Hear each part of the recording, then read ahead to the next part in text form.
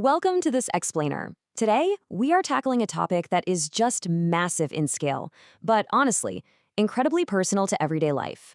We're talking about decentralization in India. Specifically, we're going to figure out how the world's most populous nation manages to empower its citizens right down to the grassroots level. If you've ever wondered how local democracy actually works when you've got over 1 billion people to govern, well, you are in the exact right place.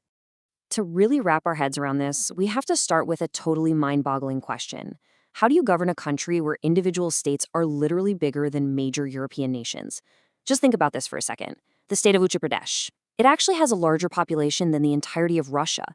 Maharashtra is roughly the size of Germany. The sheer scale, the immense diversity of these regions, it means that trying to run the whole show from just a national or even a state capital is, well, it's an absolute administrative mountain to climb. Okay, so here's our game plan for this explainer. We're going to cover exactly why India needs decentralization, what the concept actually means in practice, those massive 1992 constitutional amendments, and finally, how both rural and urban governments are structured today. Let's start with Section 1, Why India Needs Decentralization, a need for power sharing. For a really long time, having just two tiers of government, the central government up in New Delhi and the various state governments, it simply wasn't cutting it. It wasn't enough to manage the hyper-local issues of such a wildly diverse country. Think about it. When power is entirely concentrated at the top, the totally unique day-to-day problems of a small farming village or a specific neighborhood in a sprawling city inevitably just get lost in the shuffle. A federal power-sharing system in a country of this size desperately needed a third tier of government, one sitting directly below the state level. Bringing power down directly to the people was absolutely necessary to ease administration and to actually accommodate that local diversity. Moving on to Section 2, the meaning of decentralization. Let's define the concept. So what does this actually mean? At its core, decentralization is what happens when power is actively taken away from the central and state governments and handed straight to the local government. It is a direct downward flow of authority. Instead of politicians sitting hundreds of miles away making decisions about your local neighborhood, that power is delegated to a third level of democracy that is literally operating right in your own backyard.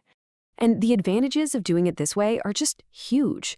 Locals inherently have a much better handle on the problems in their own communities, right? They know exactly where a new water well needs to go or which specific school roof is leaking. That leads to highly efficient local money management. But even more than that, it allows citizens to directly participate in decision-making. It acts like an incredible real-world training school in democracy, building up a daily, hands-on habit of democratic engagement for the general public. All right, Section 3, the 1992 Constitutional Amendments. This is a historic pivot point. To really get how we arrived at the current system, we need a quick history check, because the contrast here is absolutely staggering.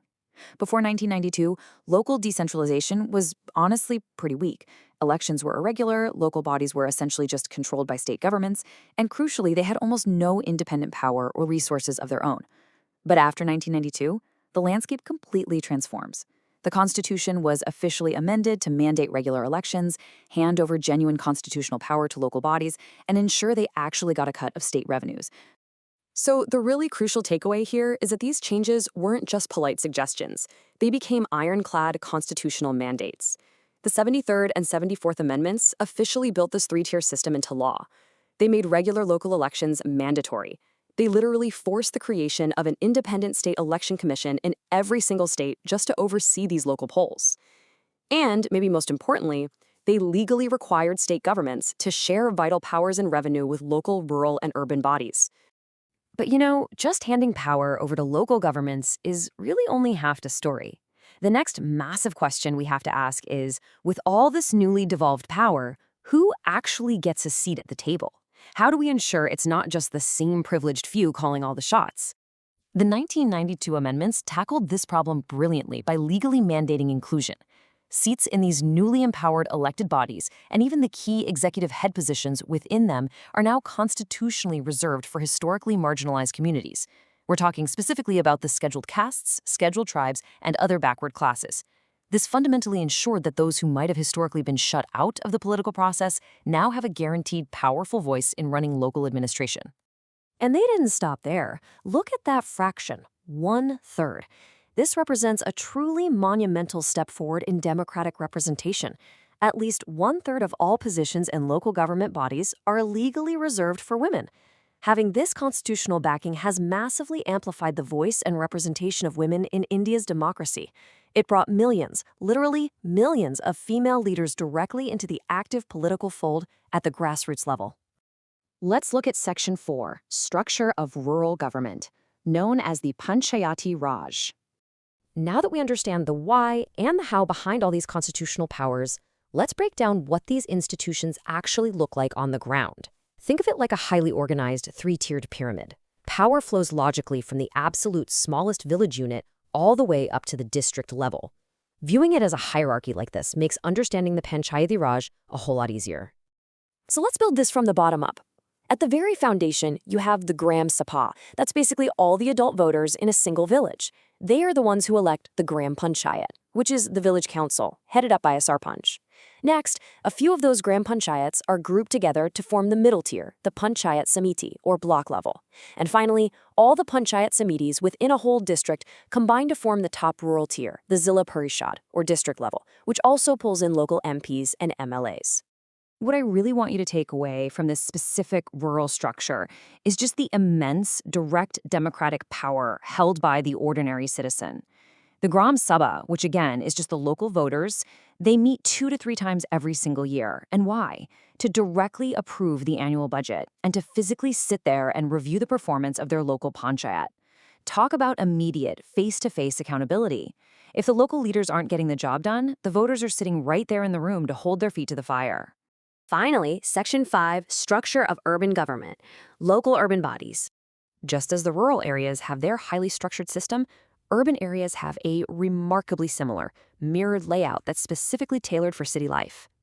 As you scale up from a village into towns and smaller cities, you get municipalities, and the political head there is called the municipal chairperson. But for the really large, sprawling urban metropolises, you have municipal corporations, which are headed by a mayor.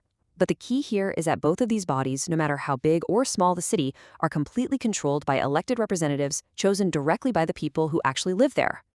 And that brings us to our final thought for today.